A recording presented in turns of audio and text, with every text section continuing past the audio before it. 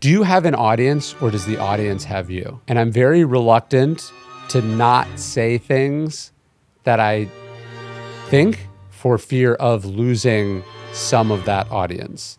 Now, obviously, I understand, I mostly talk about ancient philosophy and I'm not weighing in on daily policy issues because that's not what people come to me for. Yeah. But the idea that you could follow a philosophy built around courage and discipline and justice and wisdom and then not comment on, violations of the basic social contract. Yeah. Historically, that's what the Stoics did. And it feels gross to me to only talk about the marketable elements of the philosophy and to shy away from the others because it might be bad for business. We all know someone who has found their zen and has become completely insufferable. You know this person. They're dropping inspo quotes into Slack. Every minor inconvenience becomes a chance to rise above. Every conversation with them incites violence in your heart. The core of most of these ideologies? Stoicism. An ancient philosophy focused on principles like radical acceptance and letting go of material wealth, which can be a thoughtful perspective on inner peace or a cope for unemployment. But look, I was curious to learn more, so I sat down with one of the most popular proponents of Stoicism, Ryan Holiday. He has written 10 books about Stoicism, and like all great influential figures of our time, he has a podcast, The Daily Stoic. Ryan and I talked about his first book, Trust Me, I'm Lying, on his years as a marketing rage baiter. Computer hackers will sometimes hack into stuff and then be like, here's how I did it, you should fix this. Yes. None of that really happened. How his disillusionment with that path led him to Stoicism. I think I learned I didn't want to be that. Why the philosophy is resonating so strongly with men. The Roman Empire for most dudes is the Roman Empire. In his new book, Wisdom Takes Work, which is about cultivating wisdom through things like reading and experience, which, I gotta say, Ryan, that is offensive. You're telling me you cannot podcast or YouTube your way into enlightenment? I'm skeptical. Hurry right away, no delay, stop today. Make your daddy glad to have had such a lad today. ICE recently admitted to detaining immigrant children longer than the recommended limit. This past August to September, ICE held about 400 children for over 20 days. Advocates reported conditions such as contaminated food, lack of medical care, and insufficient legal counsel. I read about this nightmare on Ground News, which is today's sponsor. Ground News shows a breakdown of publications reporting on a story, including a factuality score in which way each publisher tends to lean politically. It is not about completely eliminating bias here, folks. It's about trying to make you aware of the potential biases of different publications so you can consider them as you analyze an event or the issue. I was at least glad to see that 98% of the 69 publications reporting on this story were rated high factuality, because the last thing we need is more misinformation on this issue. Use the link in the description or go to groundnews.com/Hasan to get 40% off the Ground News Vantage plan, the same one that we use right here on HMDK. My discount makes it just $5 a month for unlimited access. Let's cut through the noise together at groundnews.com/Hasan. You are best known for popularizing contemporary Stoicism, and a big part of modern Stoicism is pithy quotes. Yes. Things like, "No man is free who is not a master of himself." I love that shit. Like I genuinely do. Sure. So we're going to play a simple game. I'm going to read you a quote from one of these 12 philosophers. You tell me who said it. Okay. However, there is a catch. Some of these are from Kanye West. So will I know it by the virulent anti-Semitism? You're going to have to navigate this yourself. All Are right. you ready? Yes. Okay. Let's go with number 1. The happiness of your life depends upon the quality of your thoughts. Marcus Aurelius. Classic.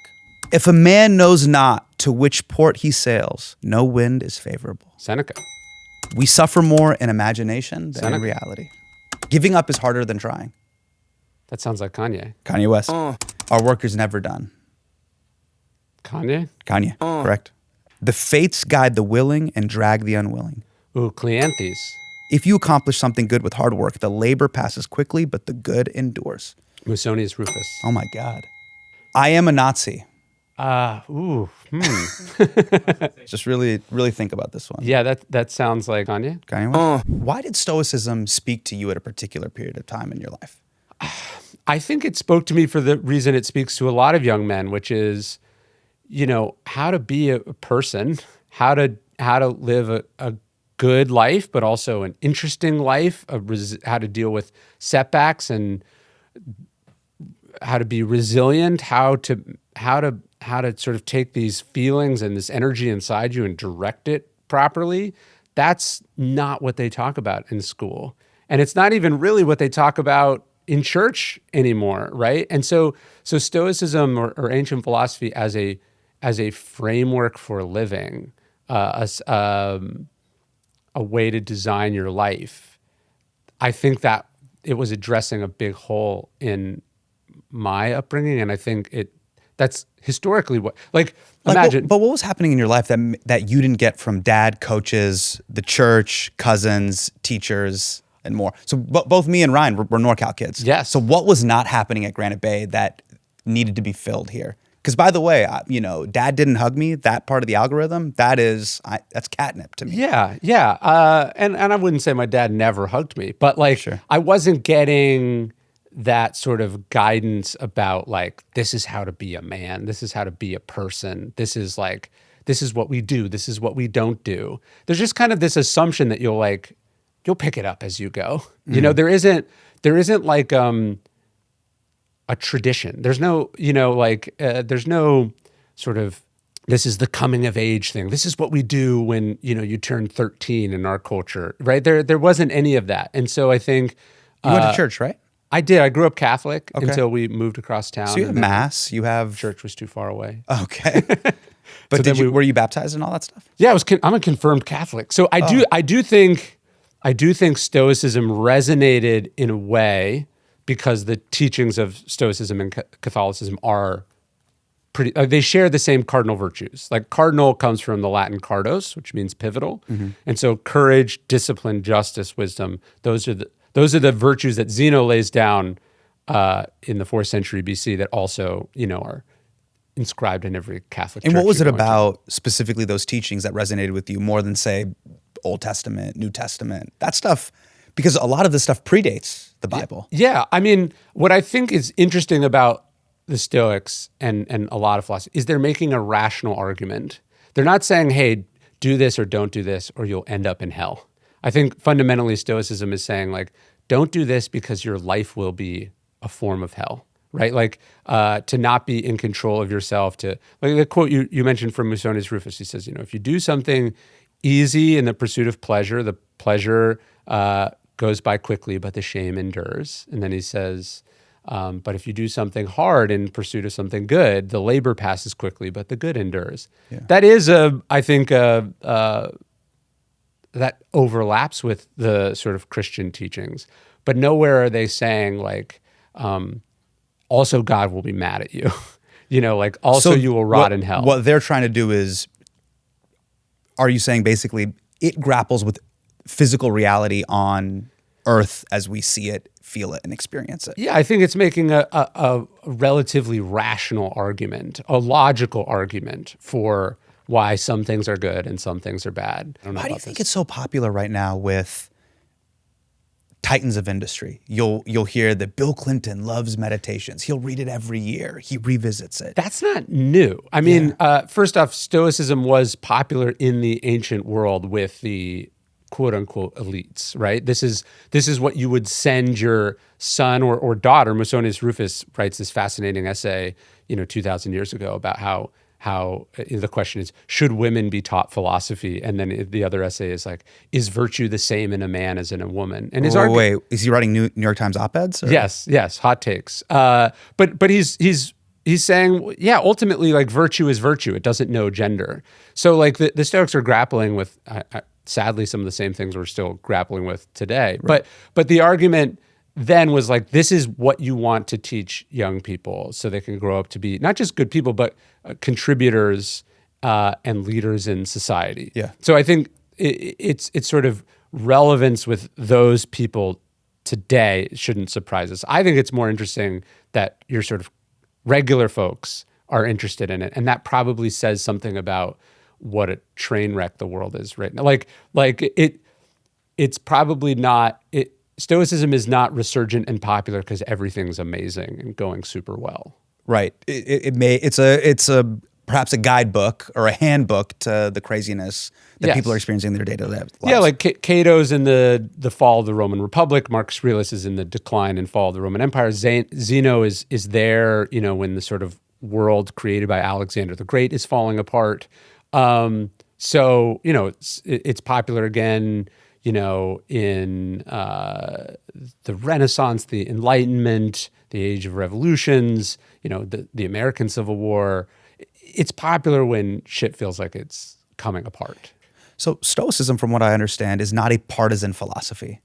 Yeah. But it most recently has been hijacked by different partisan groups. And Sure. I wanted to talk to you about that because you're someone who has tried to research Stoicism, dare I say stoically. Hey, let me be cool, calm, and collected and write about what these men were teaching. And you're a big reason why Stoicism became so popular. But there's also been a huge rise of what I call Broicism. Yes. The manosphere loves this shit. If you just go to Twitter right now and you type in any of these names from the quiz, oh my God. Yeah. The accounts that are reposting them, I don't know if they're people that I would want to be like per se. Which is weird because when I went to my publisher in 2012 and I was like, hey, I want to write about this obscure school of ancient philosophy. Yeah. They were not like, oh, that'll crush it with dudes. Like this is all an interesting turn of events. For you. For me too. Really? I understood and thought didn't- it could be popular, but I didn't think that it would be this enormous You thing. didn't think nerdy tech titans wouldn't read this stuff and be like, I could be Gerard Butler in 300. There is something about that idea of like... the Roman Empire for most dudes is the Roman Empire. But Ryan, now it's Michael Jordan last shot, Marcus Aurelius quote.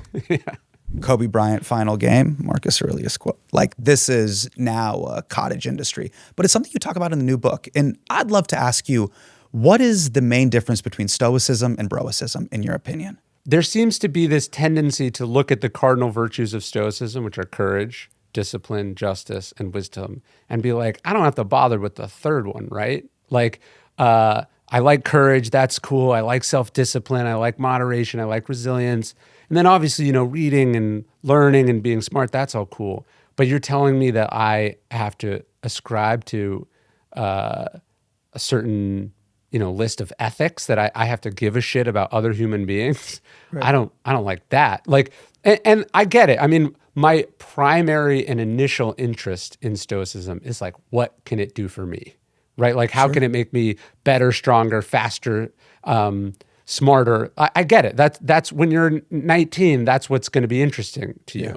Yeah. But like, the thing Marcus Aurelius talks about most in meditations, like the phrase that appears the most is not, destroying your enemies or, mastering your emotions or, being super productive. He uses the Greek phrase, he's writing in Greek, but the phrase for the common good, which he refers to 80 times in meditation. So it was inherently a philosophy about our obligations and our responsibilities to and with other people.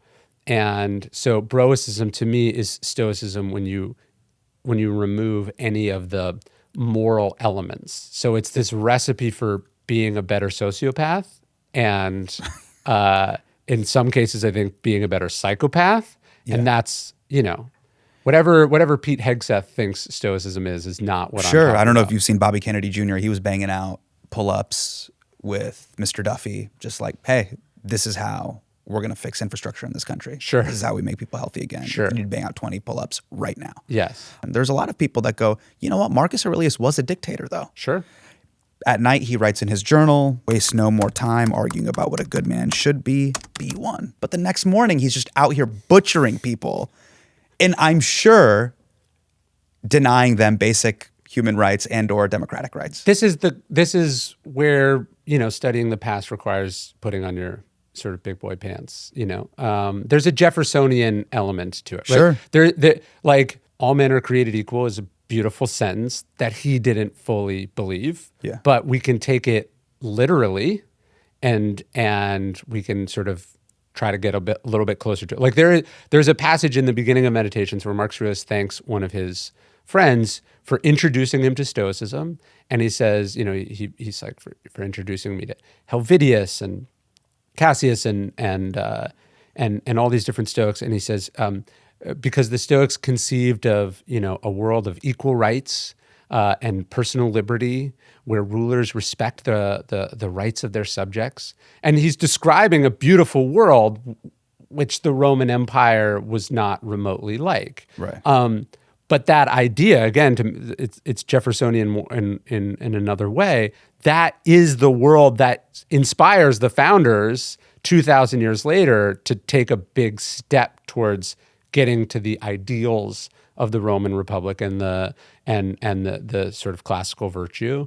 So it's they're certainly not perfect, and we could list the innumerable flaws of the Stoics, and I have no problem holding Seneca both up as a inspiring heroic figure and a tragic, disgusting hypocrite, and I think that's perfectly acceptable to do. A lot of misguided men oftentimes treat Stoicism like, hey, nothing can hurt you if you don't feel anything. Yeah. And you have said many times that Stoicism is about actually feeling everything. Yeah. But not being controlled by it. Sure. Do you worry that Stoicism is now being weaponized to be basically sociopathic instead of empathetic? Well, Elon Musk, who follows the Daily Stoic on Twitter, which is a weird thing to say, he gave that interview with Rogan where he says, like empathy is going to be the downfall of Western civilization, and there is this sort of backlash against empathy, as if the problem with our society is that we care too much about other people, and not that millions of people are suffering and struggling and sort of kicked around by society. So I do think there is this sort of backlash, but it's funny. So a couple years ago, Mark Zuckerberg's sister, who is a classicist, wrote this book that was very critical of Stoicism, and she sort of laid at the feet of Stoic philosophy and some of the sort of great Western classics, like all these problems with masculinity and culture and whatever. And I was like, I'm not sure this obscure philosophy is the main culprit for why we've got more sociopaths and psychopaths and assholes today. Like, to me, when I look at our culture and I go, why are people so cruel and awful to each other? I go, I think in the Zuckerberg family, that call might be coming from inside the house. Like that. I think social media is a much bigger problem.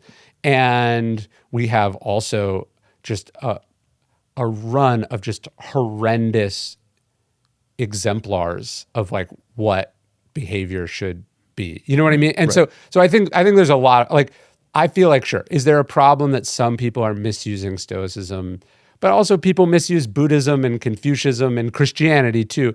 I would say, like, of all, even the people that even know that Stoicism exists is a minuscule fraction of the general population. I don't think that's our big problem in the world. And if anything, many, many, many thousands and millions of people have been positively influenced by the philosophy, and that sort of gets ignored.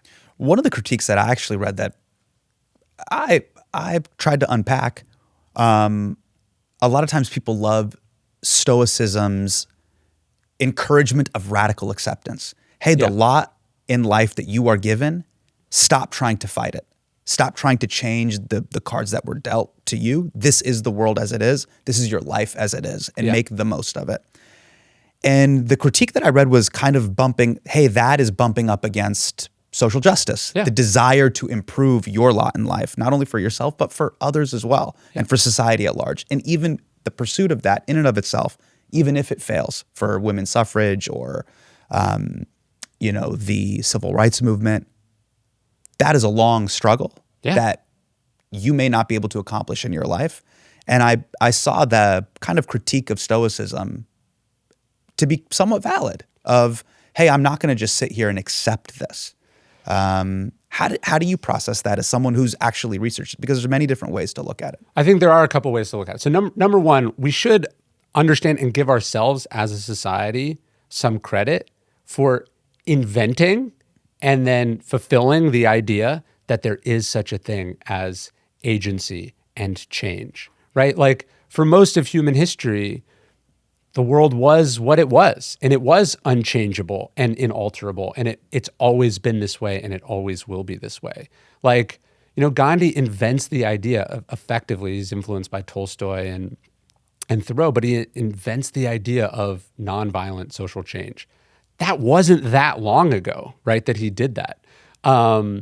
The idea of a society or an economic system or a world where the profession your parents were born into does not become your profession, that you can change, you can move, you can, like, all these are advancements that we make as a world. Right. And it was in many ways inconceivable in the ancient world that was such a thing. Like, Epictetus is a slave.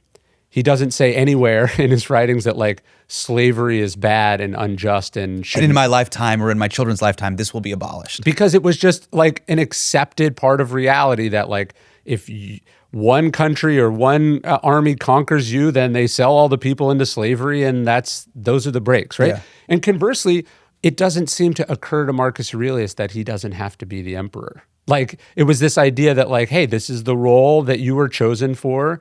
Your job is to do that as best you can. Do you feel like Stoicism is a call for action or inaction? Because that's really what I was trying to say of the critique of Stoicism vis-a-vis its ability to inspire you for justice or change. I think ultimately it is a call to action because when we look at who the Stoics were compared to the other schools at this time. Mm-hmm. So the two rival schools in the ancient world are the Epicureans and the Stoics.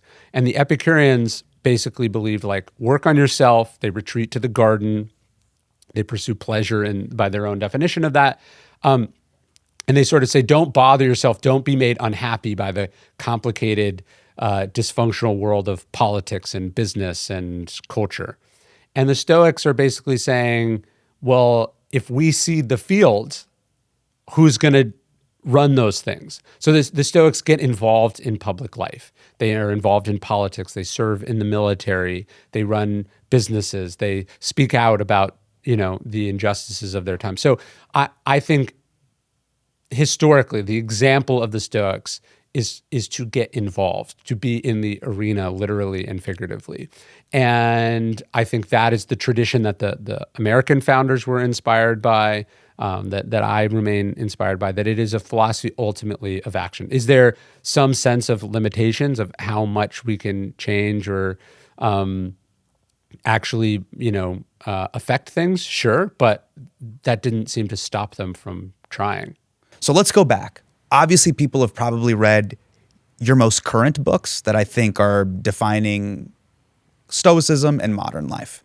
But there was a book, let's go back to your 2012 book, Trust Me, I'm Lying. Yeah. Okay, now that's a book not about my stand-up comedy. This is a book about media, misinformation, and specifically media in the blog era. Yeah. Which I think is so quaint and cute when you think about Tumblr era. I don't think TikTok even existed. TikTok did not exist. Yeah.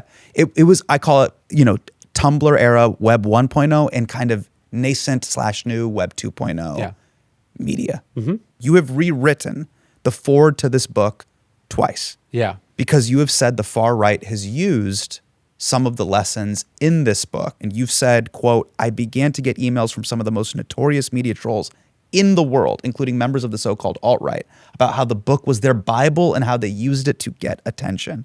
I know, it's crazy. Well, so Michael Lewis, I've heard him say that people come up to him and they go, liar's poker is why I work on Wall Street. And he's like, the whole point of that book was to, like, not work on Wall Street. Right. And so I was trying to write what I thought was sort of an expose of this fucked up, crazy world. Yeah. And I think I was more right than I knew at the time. I mean, I basically wrote a book about fake news and, like, actual fake news in 2012. Sure. And how sort of the vulnerabilities and the interdependence of these different kinds of media outlets all sort of feed off of each other.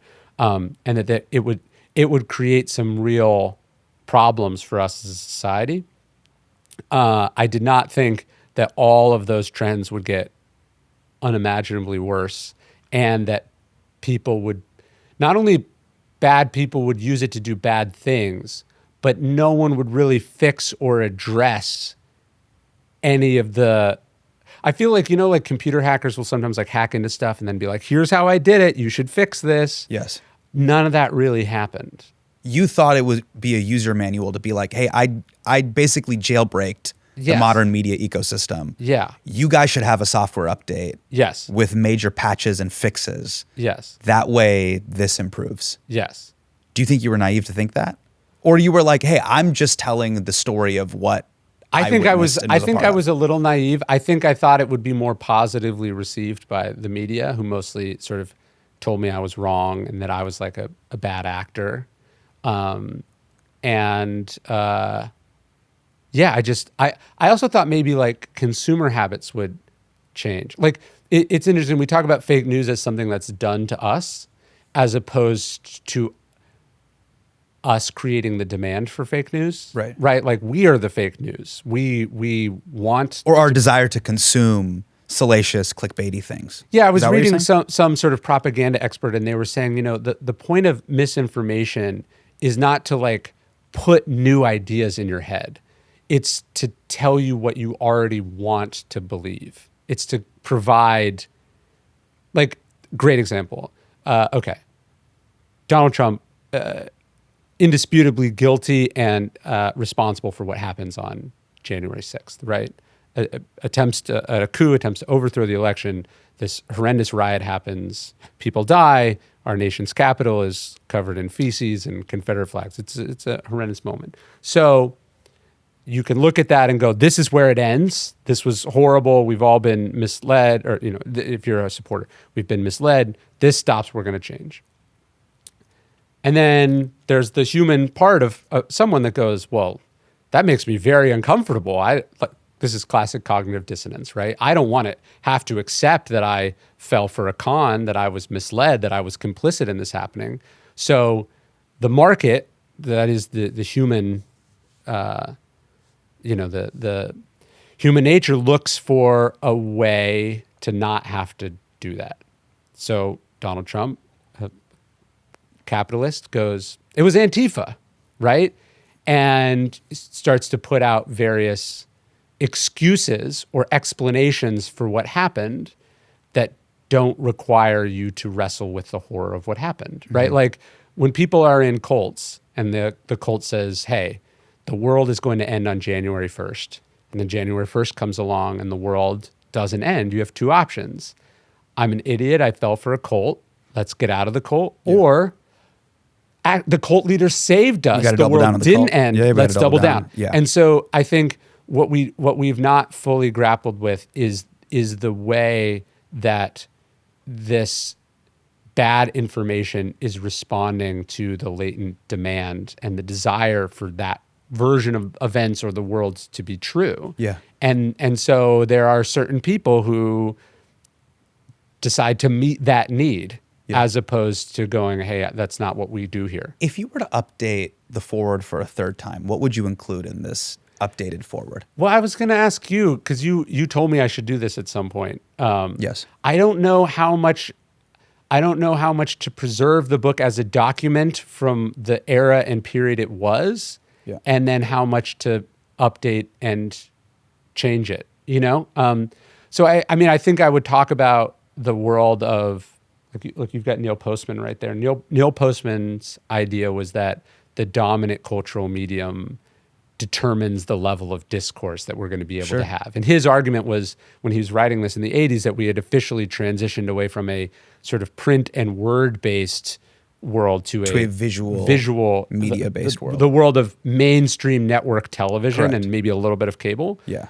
And so he's referring to Neil Postman's Amusing Ourselves to Death, which was written in 1985. Yeah, one of the most prescient, amazing books ever written about media. I was writing, as you said, mostly about the blog world, and the social media world was pictures on Instagram and tweets on Twitter. And basically Huffington Post kind of clickbait, big thumbnail-driven articles. And video would be like long-form YouTube, potentially. Yeah. But now we exist in a world, perhaps the majority of people are not even, they're not listening to this. They're not even watching the whole thing. They're watching clips of it on social media. They're having little sips of it. And so the whole drink. How does a world of instant and unlimited video change our understanding of media and create sort of vulnerabilities? And then I would layer on top of that the obviously what AI is able to do, like a world of slop. I mean, let's connect this. This book was written in 1985, Amusing Ourselves to Death. You wrote Trust Me, I'm Lying in 2012. And then you did interviews about the book with journalists. Let's take a look at one of these quotes where you talked about the degradation of journalism and citizen journalism. Very early on in this Web 2.0 world, there was this attitude of citizen journalism. We're changing the media. Everything is different now. The truth will out. This is the future, and the future is always better. And I very much bought into that. Then I saw how it worked, and I had to come to terms with the difference between perception and reality. What's so crazy is when I read this interview that you had in 2012, all of these buzzwords are still used right now. Like, we can't trust legacy media. Citizen journalism will be the breakthrough. And here we are 13 years later. How do you feel about what you were trying to tell this person in this interview? I mean, I wish I was wrong, you know, like I would have liked that book to have become horribly out of date and proven irrelevant by subsequent events. But if anything, it's worse, and we're more dependent and vulnerable to the things that I'm talking about. And now we're entering this world where, in many cases, some of the same entrepreneurs from that era are running these huge AI companies or are very bullish on whether it's AI or crypto. Are you talked about good faith, bad faith? Like, the assumption that like Silicon Valley entrepreneurs are acting in good faith. I don't know how many times we have to be disabused of that notion to sort of get with the program. I want to show you something else from the interview, which is really interesting. What about traditional newsprint media? The online cycle drives the offline cycle. The old media system is not going to run a story based on anonymous tip from a random person in the way that Gawker might, but they do report about what the blogosphere is chatting about. That's something I exploit pretty often. Is this a new phenomenon? What really drove me to write this book is that there's a bunch of parallels between today and where journalism was 100 to 120 years ago. The economics then were that you didn't subscribe to a newspaper. You bought it on the street corner every day, and you bought the one that had the best headline. So what I thought was really interesting about this is in 2012, you were making a connection to something that happened almost a century before, of people yelling on a street corner, extra, extra, read all about it. Yeah. Here's a salacious thing that'll probably get you to click, like, or subscribe. Yeah. We're having this conversation now, 13 years later. Yeah. So what's Ryan Holiday's philosophy on all of this? And what's the Stoic philosophy on all of this? Because it sounds like for the past a century or so, news and media has been kind of a tool to deceive or mislead. You know, did you read The Jungle? No. You didn't read The Jungle? Upton Sinclair's The Jungle? No. Oh, I read it. We read it in high school. But it's an expose of the meatpacking industry, which was the primary muckraking text that leads to a lot of the reforms in the progressive era. What people don't know is the book he writes after that is called The Brass Check, and it's an expose of journalism in that era. And, you know, back then, like, the media barons, the newspaper barons were indistinguishable from the cattle barons and the meatpacking barons. They had a commercial product that they tried to make as cheaply as possible and sold to as many people as possible. And he was talking about the vulnerabilities of, there's another journalism critic in the early years of the 20th century who goes, basically, America is a country ruled by public opinion, right? That's how we pick our representatives. So whatever determines or influences public opinion is what actually rules America. And so, you flash forward to 2025, and the Chinese government owns TikTok, and Elon Musk owns Twitter, and who's sitting in the front row at the inauguration? It's the attention merchants and barons. Right. And so those devices, the people who control those algorithms, basically rule not the country directly, but they rule what the country thinks, and they can turn up the volume on this or that. And that has an immense effect on what we see, what we believe, how we relate to each other, the problems we tackle, the problems we don't tackle. But it's pretty Orwellian, meaning like the capital controls the means of the information that you're getting. It's understanding ultimately that media is kind of a like trust, truth, information is in some ways a public good, right? And people have the ability. There's this famous editorial cartoon from back then, a newspaper baron like dropping poison in an aquifer, in the where we get our water, and then that affects everyone. And so we have these forces and these individuals in some cases that affect our understanding of truth or not. So just so I understand, so is the Stoic philosophy and is the Ryan Holiday philosophy just don't fuck with the news? It's not that you don't fuck with the news, but I do, like, our obligation is to be informed citizens, right? I just think people wrongly assume that watching daily news or consuming daily news is the best way to be an informed citizen. So are you basically saying that the drugs are the same, but they've now been synthesized to this Heisenberg blue level that like the streets have not tasted this type of unique MDMA? There is a potency to it that is very difficult to resist and, is all the more attractive, I think. Was there a specific straw that broke the camel's back in that era of your life that you realized you're like, I can't be a part of this? I'll give you an example of one. I used to be a part of a show, you don't have to look it up, it's called MTV's Disaster Date, where basically a bunch of comedians go on these blind dates with people and you have to alienate people to get them to leave the date as quickly as possible. I remember midway through filming whatever season of the show I was on. It's like 2010, 2011. I was like, I don't want to do comedy this way. Yeah. So I read this book by Bud Schulberg. It's called The Harder They Fall. And it's about a corrupt political... it's about a corrupt like press agent, like a boxing promoter who's like gets sort of sucked into some business with the mob. He's propping up this like fighter that they're going to bet against. Again, the timelessness of these things, right? Like manipulating the media to exploit the gambling market. This is exactly where we are now. And I read this, and at the end of it, he sort of has this epiphany. He says, "I realized you can't deal in filth and not become the thing you touch." Oh man! And I go, oh, it just hit me. Sure. And I highlighted it. And when people would ask me, why'd you write "Trust Me, I'm Lying"? Why'd you leave American Apparel? Why'd you leave this world behind?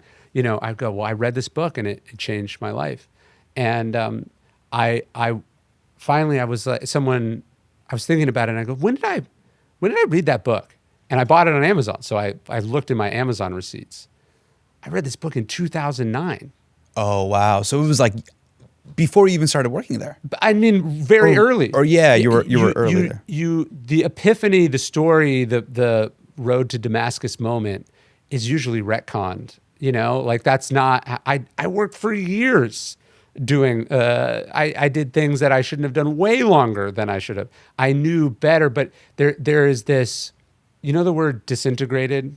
Right, disintegrated, which would mean, like we tend to see disintegrated means like it disintegrated in the air, it came apart in the air. Right. But this word of being, this idea of, I don't think we have a good enough word for being not integrated. I guess we could say compartmentalized. But I had an understanding, but that didn't match my actions, and I couldn't bring it into my life. And so I think that's more common than we want to admit, because we want to have and this the path story. Maybe was nonlinear. Yes. Of like, when do I act on this? How do I act on this? And what is my next step? You're right. Yes. Yeah. And so like you look back and you go, I should have done it sooner. But then, Taleb says the greatest addiction in the world is a salary. You don't want to leave a sure thing for a not sure thing. And your identity gets tied up in stuff. Right. And you do things longer than you should. One of the things the Stoics talk about a lot is understanding what you can control and what you cannot control. And you went head to head with one of the things the Stoics would tell you simply cannot control, which is your parents. Okay. You tried to change your family. Okay. I have been saying this for a long time. I truly believe I cannot change the world because I can't even change my dad. Okay? You wrote 2 letters to your dad. Both times Donald Trump won. It was a letter to your dad. It's available on your website. Yeah. It's still up there. Yeah. It's basically a letter to dad, comma, please don't vote for Donald Trump. Here's why. Why did you write these letters? And did you really think your dad was going to change? I don't know. There's a couple layers of naivete there. One, which is I had a column for the Observer at the time, which was owned by the Kushner family. and I thought they would publish said letter. And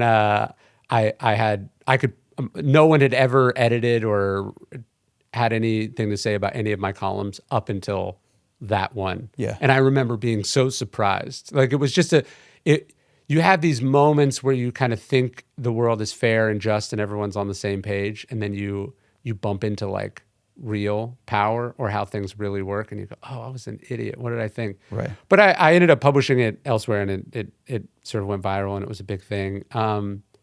Look, how much was I trying to change my dad's mind? I don't know.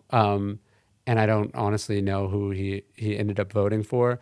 But what I was trying to do in that piece is make an argument, which again now feels a little quaint, which is like, if you grew up and your parents were conservative or Republican, you were taught certain values. They told you they believed these things because certain things were true and important, right?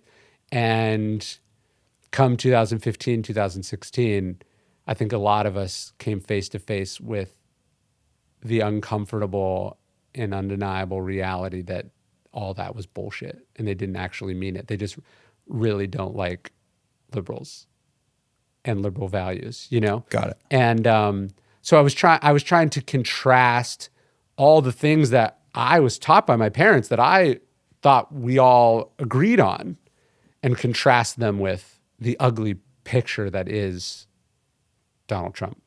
Not only taken that letter by putting it in the blockchain, but you've also been pretty public in your Instagram and in your TikToks when you're at speaking engagements, and you talk about the Trump administration's cruelty, and specifically cruelty to immigrants and migrants and people seeking asylum or refugee status.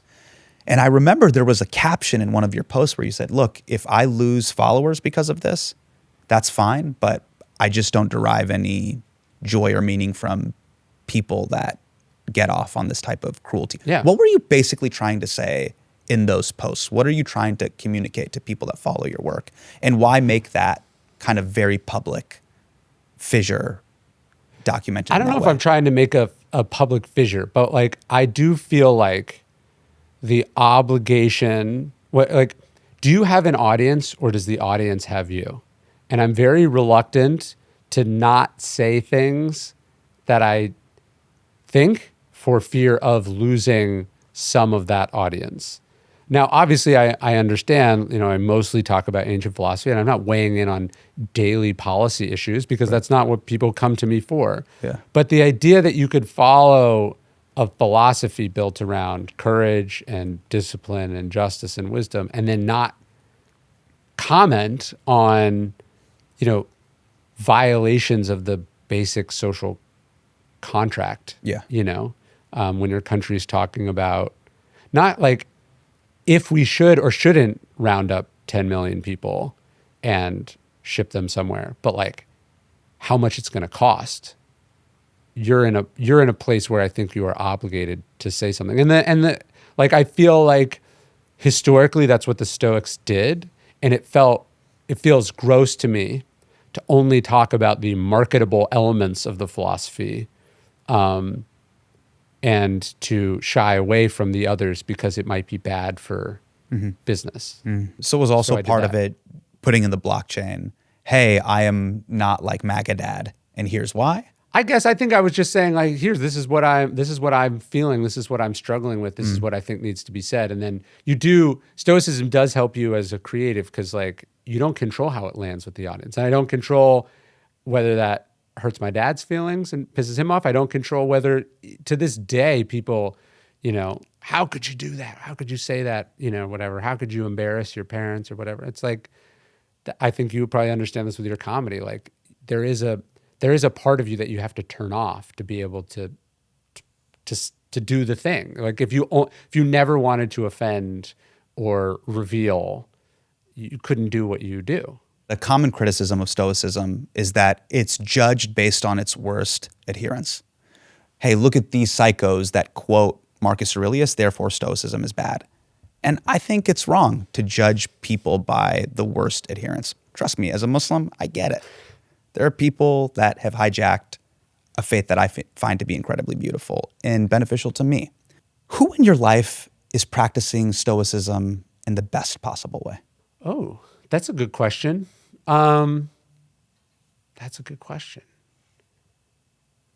I mean, I think most of our grandparents sort of embody this sort of colloquial stoicism in a way that's sort of getting it right. Is it because they're wise or because they're old? You know, Well- I have this theory about people that are just so old and weak that they can't be angry anymore. Yes, They need to be judged by what they were doing at 35, not what they're doing at 85. I think that's fair. I'm like, you're nice because you don't have energy to be an asshole. Or they've come face to face with It's true. real acceptance. I don't know, man. I feel like there's just no lead in the pencil. There's no testosterone left in them to scream. Yeah. And so now every grandpa is like cute and quaint. But What about people Fox have News grandpas? They're not so quaint and cute. You could still be. Doesn't take a lot of energy. I to sell. bet if you were an alien and you were to go visit George W. Bush while he's doing watercolor paintings, you'd be like, this guy's really nice. Yeah. You wouldn't be like, this motherfucker was the mastermind behind the war on terror and probably has, between him, Cheney, and Rumsfeld, 1 million plus bodies on his head. Yeah. You would not think war criminal. You'd be like, this is an old, somewhat stupid, possibly illiterate man that's painting. Yes. Maybe he has dementia. Right. And I think that's a byproduct of him just being old. Yeah. It's hard to hold people accountable for horrible things they did a long time. Like, if you ever see even some of these, like, they'll find like some Nazi war criminal, and it's like, you know, he's a 98-year-old. Yeah, man. he's at Kroger's and he's just like bagging his groceries. Yes. Right. And then you put him on trial, and yeah, it's tough. I don't know. I don't know if there's anyone I'm like, hey, this is the modern embodiment of stoicism. I think it's an ideal we aspire to. I think for me, what it's about, the people that that have moved me, is the people that have shown courage, bravery, and real value and ethics Yes. when they had leverage. Yes. I think that's what I mean. All jokes aside, when I'm like, you know, grandpa is a stoic now because he literally is on the verge of death and doesn't have the energy to be an asshole. Really what I'm referring to is those people that are in the prime years of their life. They have the ability to be cheap, be short, be curt, be cruel, be mean, not tip the waiter, Yeah. be bristly, and they don't. And I believe character is revealed when you have the leverage and you still move ethically and decently. Yeah, within I those wrote this norms. piece once, and the title was "You Are What You Won't Do for Money." Oh, And I think your point about it's what you do or don't do when you have leverage is very revealing, and it's very hard for people to say no to a lot of money, especially when the only risk is maybe some negative opinion. I want to talk about your new book for a second. It's called Wisdom Takes Work. You've said this was the hardest to write of the 4 books. Why is that? Well, each one is harder than the last one because you're trying to do better. But I think it's hard to write a book about wisdom in your late 30s and not feel like a douche. So that was challenging. Like, you're writing about a thing that you definitely don't have. And to think you have it is to prove you definitely don't have it. Right. So I think it's just challenging because also of the virtues, I think it's the hardest to define. Like, what is wisdom? How do you get it? What do you think it is? I think it's a lot of things, right? I don't think it's one thing. It's obviously not just intelligence. It's obviously not just experience. It's obviously, it's creativity and insight. I think there's an element of cleverness to it. There's an element of perspective to it. I think it's this range of attributes. I think what I'm trying to say in the book that I think we can all agree on is that you're not born with it, and it doesn't occur easily. It's something that takes a long time to acquire, and that there is also effectively an infinite amount of it. So it's not like a thing that you ever arrive at. And that's one of the things that wisdom does teach you, is like how little you know. Like, that's Socrates is told by the oracle that, he's the wisest man in Athens, and he wrestles with what that means. And then he realizes that it's because he doesn't think that he's wise that makes him wiser than his countrymen. How do you talk about Stoicism with your children? Because they live in an incredibly modern world filled with tablets, news, and devices. Because really what I'm trying to get at that I think is really interesting is that how does Stoicism grapple with paradox? Mm-hmm. So, for example, the world they live in, social media, the internet, and the news is simultaneously meaningless and deeply meaningful. Like the president will tell you what is going to happen in the lives of Americans via social media. But then he'll also simultaneously be like, I still hate Rosie O'Donnell. Sure. One of these things is deeply meaningful. Hey, ICE agents are being deployed in Los Angeles. I will bring in the National Guard. That's going to affect a lot of people's lives. And then his critique of Rosie O'Donnell is fundamentally meaningless. Yeah. How does Stoicism grapple with that paradox? I mean, personally, I try to shield my kids from that mess as much as possible. I'm not sure they need to know any of that yet. But part of wisdom to me is dealing with complexity and contradiction and paradox, tension, like that ideas are in tension with each other. Fitzgerald's line was the mark of genius is to be able to have two contradictory thoughts in your head at the same time, which is both, I think, a mark of wisdom and a mark of stupidity, right? So even itself, that mark, remark has like an element of paradox in it. Yeah. And so how do you explain complicated things to your kids? Because there is this part of them that always like, well, why? Why? What about this? Like they want it to be simple because they want to be able to wrap their heads around it. And I do try to just go, I don't know. It's complicated. Like it doesn't make it. I when my son points out things that don't make sense, I try to be like, you're right. It doesn't make any sense. Yeah. Some shit just doesn't make sense. And that we have to figure out how to just live in a world where things don't make any fucking sense. How do you make sense of the idea that you make money off of preaching Stoicism and anti-materialism? Meaning you get material good and benefit for yourself and the people you love from something that kind of tells you to disconnect from that stuff. Yeah. Well, I don't see myself as a preacher. I identify as a writer. Yeah. And it just that role in the modern world also requires you to do other forms of communication. But this was in a question in the ancient world too. Yeah. Seneca says, there's nothing that says a philosopher can't make money or be rich. He says, so long as your money is not stained by blood, which was a rich thing to say for a dude who made his money working for Nero. So like, I feel like as long as it's an honest exchange of value, I don't have a problem with it. But the Stoics weren't anti-materialist in the way that the Cynics were necessarily. I think the idea was like, if you need it, like if you need to live a certain lifestyle, that's a vulnerability and a problem. But if you have the stuff and, you don't stake your self-worth on it, there's no problem. Like I don't see any benefit to being underpaid for my work, right? Like that doesn't feel like it's proving any philosophical point. How are you protecting yourself from the ego inflation of success?